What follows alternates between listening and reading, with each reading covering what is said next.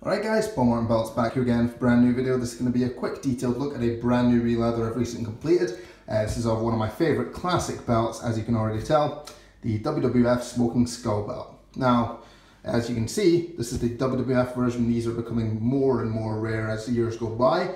More often you see the WWE version now, but I think this belt always looks best with its classic look, the logo it was supposed to have, and you can see it's definitely covered in them. A lot of those WWF logos. This belt also featured a 6th plate. This is the property of plate. The Smoking Skull on TV had its own custom plate, but unfortunately that was never available for replicas.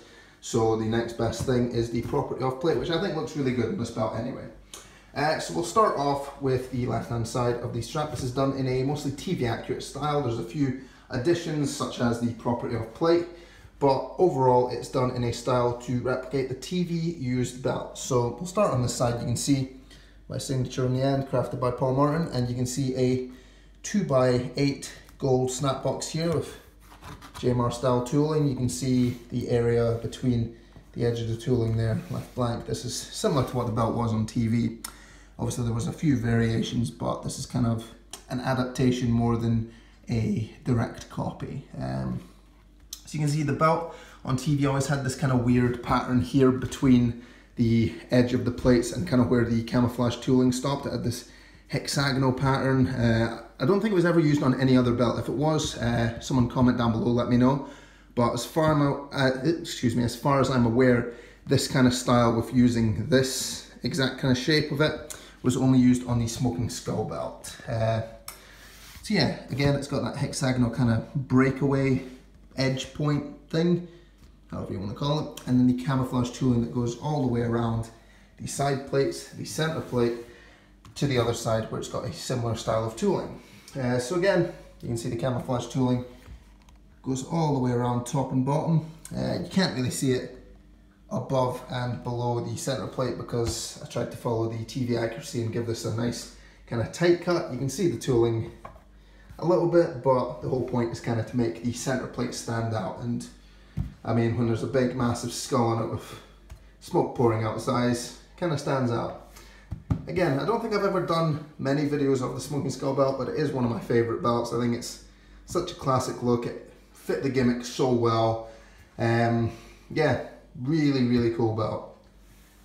Definitely one of my favorite classic ones, especially with the WWF logos. So yeah, we'll move on to this side again. Like I said, it kind of breaks away the tooling from the side plates there with the camouflage. It's got this space, and then the addition of the 6th plate, property of WWF plate. This has also got logo plate tooling, so you can see kind of the beveling all the way around the logo plate. Makes it stand out a lot nicer. I always think when there's a logo plate, if it's not got tooling around it, it kind of looks a bit strange. I'm not sure how to describe it, but I always think it looks a lot nicer when it's got the tooling around it. It makes it pop away from the strap a lot more. You can just see it looks really nice.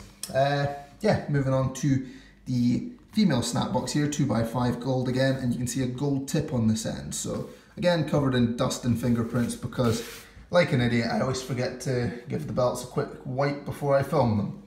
Yeah, like I said, this is kind of based off TV accuracy, but there's a few additions like the logo plate and in this case the gold tip. So you can see the tooling going around kind of to complement the gold tip. If we can see in there, yeah, it just matches up really nicely, makes the whole thing stand out and kind of fit together really well. So yeah, we'll take a look at the back of this belt. I think one of the things this was most famous for, as you can see, the snake print backing on the rear of this belt. So it goes all the way across. Back of the belt, you can obviously see it's covering up the snaps on this side. We don't need to see the back of those. It's covering up all the bolts, which you can kind of vaguely see the bumps of.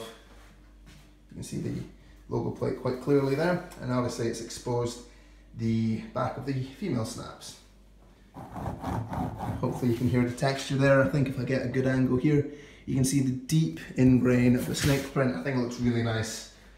I know I always say the black smooth leather is always my favorite backing, but there's something special about using snake or crocodile print. I think it definitely makes the belts look a lot more unique.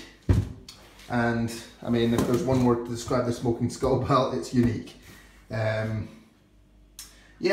I think this is probably my favourite gimmick belt, and of that I'm meaning sort of like the US spinner. I don't know if you can even count the WB spinner belt anymore, because it started off as a gimmick belt, but it just became the title, so maybe the Rated R spinner. Actually, that's a good question. Let me know what your favourite kind of superstar specific gimmick belt was. So out of those I'm meaning the Smoking Skull, the Rated R spinner, the US spinner. I don't want to count the WB spinner because that just became the official title. So of those three, I think I'm missing an obvious one that, maybe, can't remember, can't think. Yeah, let me know, which of those was your favourite? Personally, I think probably the Smoking Skull is my favourite. It's just that classic badass look to it. Obviously, Stone Cold held this belt, among others. I think Undertaker and Rock held it as well, did they not? Can't remember. It's early in the morning while I'm filming this. So, yeah, thank you for watching this. I hope you enjoyed the look at this Releather. Definitely one of my favourites to work on. Nice classic belt to work on, like I keep saying. Always fun to do. So yeah, if you enjoyed this video, please give it a like. That really helps me out. It makes the videos I post more visible to reach more people. So if you're watching this, please do give it that like on YouTube. And subscribe, because I've got more belt videos I'm filming right now, which will be coming up in the coming days. Thank you very much.